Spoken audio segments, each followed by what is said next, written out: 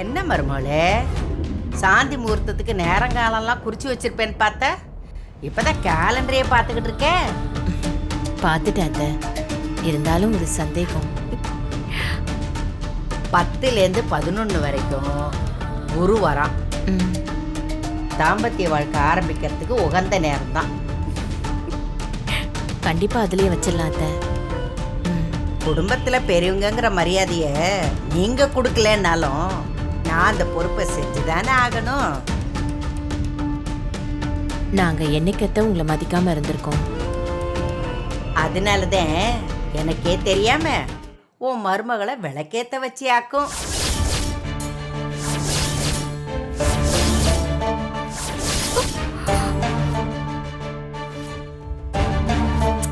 சரி சரி விடு, ஏன் கடமைன்னு ஒண்ணு இருக்கு, அதை நான் சரியாத்தான் செய்வேன்.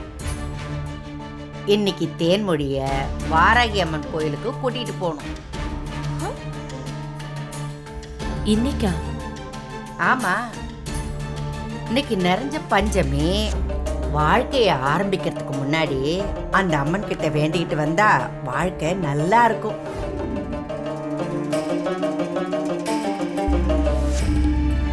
என்ன யோசிக்கிற? நானு நீ அப்படி வேண்டிக்கிட்டவங்க தானே. ஆமா அத்தை. ஆனா இன்னைக்கு அவங்களோட சாந்தி முகூர்த்தம். அதனாலதான் முக்கியமா கோயிலுக்கு போகணும்னு சொல்றேன். ஆஹா, அம்மா சித்தரிக்கிறதுக்கு பிளான் போட்டுட்டாங்க. மீனாட்சி, அந்த பேங்க் எக்ஸாம்க்கு இவ்ளோ படிக்கணுமா? ஆமாமா, தினம் படிக்கணும். நிறைய சப்ஜெக்ட்ஸ் இருக்கு. இந்த எக்ஸாம் எழுதுற எல்லாருமே பாஸ் ஆயிட முடியாது. நீ நல்லா படிக்கிற புள்ள. உன் காலேஜ்ல நீ கோல்ட் மெடலிஸ்ட். சாதாரணமா இதெல்லாம் பாஸ் பண்ணிடுவ. எனக்கும் கான்ஃபிடன்ஸ் இருக்குமா, இருந்தாலும் அது ஓவர் கான்ஃபிடன்ஸ் ஆயிடக்கூடாதுல்ல. அதான் இப்பல இருந்தே நான் படிக்க ஆரம்பிச்சிட்டேன். சரி சரி, அப்ப நீ படி. டீயை குடிச்சிட்டேன்னு நான் கோயிலுக்கு போயிட்டு வந்துடுறேன். என்னது, கோயிலுக்கு போறியா? என்ன திடீர்னு? இன்னைக்கு நிறைஞ்ச பஞ்சமி. அதான் கோயிலுக்கு போய் தேனும் மாப்பிள்ளை பேர்லயும் அர்ச்சனை பண்ணிட்டு வரலான்னு இருக்கேன்.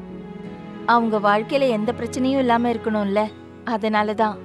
அது அந்த வீட்ல இருக்கிற மாமாவோட அப்பத்தா கையில தான் இருக்கு. அவங்க எதுவும் சொல்லாம இருந்தாலே அக்காவும் மாமாவும் நல்லா தான் இருப்பாங்க.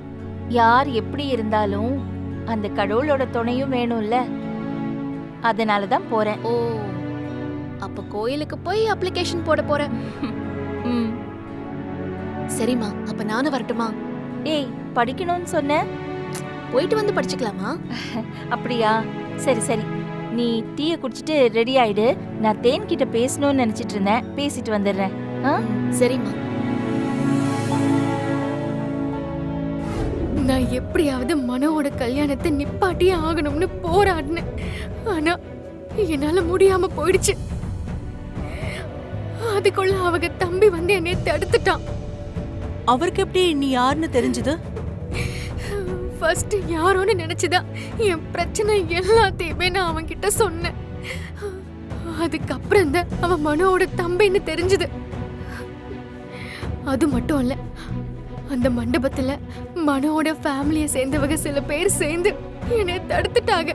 அவன்கிட்ட நீ மனோட வைஃப்னு சொல்லி பாத்தியா? சொன்னேனே, ஆனா அவங்க யாருமே அதை பெருசா எடுத்துக்கல. அந்த கல்யாணம் நடக்கணுங்கிறதுல தான் குறியா இருந்தாங்க. அதுதான் ஏன்னு எனக்கு புரியவே இல்லை. நீ இவ்வளவு சொல்லியும் அவங்க கண்டுக்கலன்ற. கல்யாணமும் நடந்துருச்சு. இதுக்கு மேல மனோ இந்த பக்கம் கண்டிப்பா வரவே மாட்டாரு. நீ போன் பண்ணியாச்சு பாத்தியா? நான் எத்தனையோ தடவை போன் பண்ணி பார்த்துட்டேன். ஆனா அவங்க ஒரு வாட்டி கூட என் போனை எடுக்கவே இல்லை. அப்ப கண்டிப்பா உன்னை அவர் அவாய்ட் பண்ணிடுவாரு. இது வரைக்கும் உன்னையும் கண்மணியும் பாத்துக்கிட்டாரு. ஆனா இப்ப அவருக்குன்னு ஒரு பொண்டாட்டி வந்துட்டா. அப்போ இனிமே உன் நிலைமை என்னடி ஆகும்?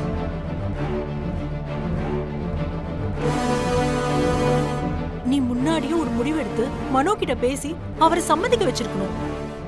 இல்லனா நீ அவர் வீட்லயாவது போய் பேசிருக்கணும். நீ ரொம்ப லேட் பண்ணிட்டடி.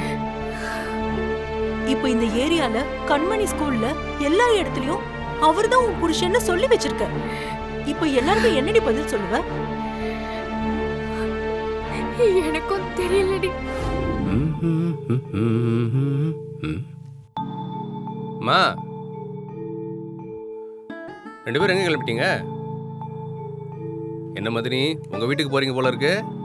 அவங்க வீட்டுக்கெல்லாம் ஒன்றும் போல, கோயிலுக்கு போறோம். கோயிலுக்கா?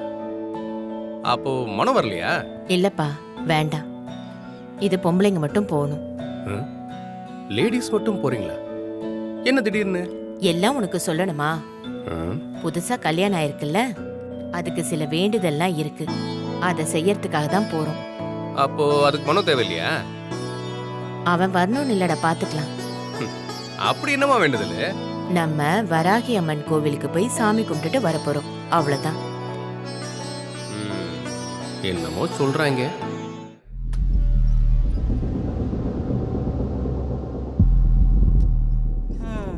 கிளம்பியாச்சா?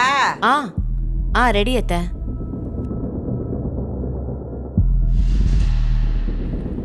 அம்மாச்சி, இவன் யோசிக்கிறத பார்த்தா ஏதோ விவகாரமா யோசிக்கிற மாதிரி இருக்கே. அவன் வீட்ல இருந்தா சரிப்படாது. ஏதாவது ஒண்ணு சொல்லி வெளியே அனுப்பிடுங்க. ஆமா ஆமா, இவன் குடஞ்சிக்கிட்டே கிடப்பான். மாப்பிள, வண்டியை சர்வீஸ்ல விட மாட்டியாடா? இந்த போடு போடுது. ஏன் சொல்ல மாட்டே? என் வண்டியை தானே எல்லா இடத்துலையும் எடுத்து சுத்திக்கு இருக்க. சொந்தமா புது வண்டி வாங்கினா கேட்குறியா நீ? அது சொந்த காசுல வாங்கணும் மாப்பிள. சொந்த காசுல நீ பொம்மை வண்டி கூட வாங்க போறதில்ல. அதெல்லாம் மாப்பிள்ள வாங்கிடுவான். மாப்பிள்ளைக்கு வண்டி வாங்குற யோகம் இருக்கு.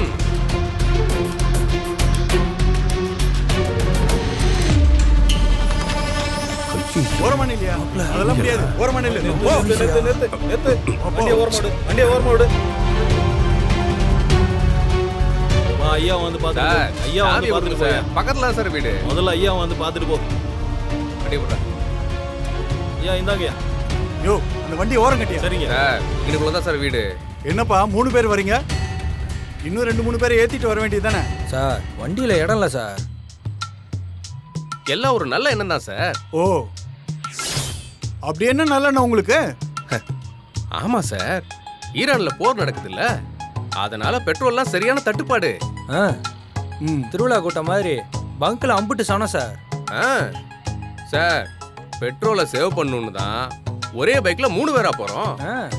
எல்லாம் நம்ம நாட்டுக்காக தான் சார். நாட்டுக்கு நல்லதை பண்ற மூஞ்சிங்களை பாரு. என்னடா லந்தா? டேய், ஒழுங்கு மரியாதை ஃபைனை கட்டு. சார் காசு இருந்தா நாங்க ஏன் சார் 3 பேர் ஒரே வண்டியில வரோம்? ஒன்னு ஃபைனை கட்டுங்க, இல்லனா வண்டியை விட்டுட்டு நடந்து போங்க.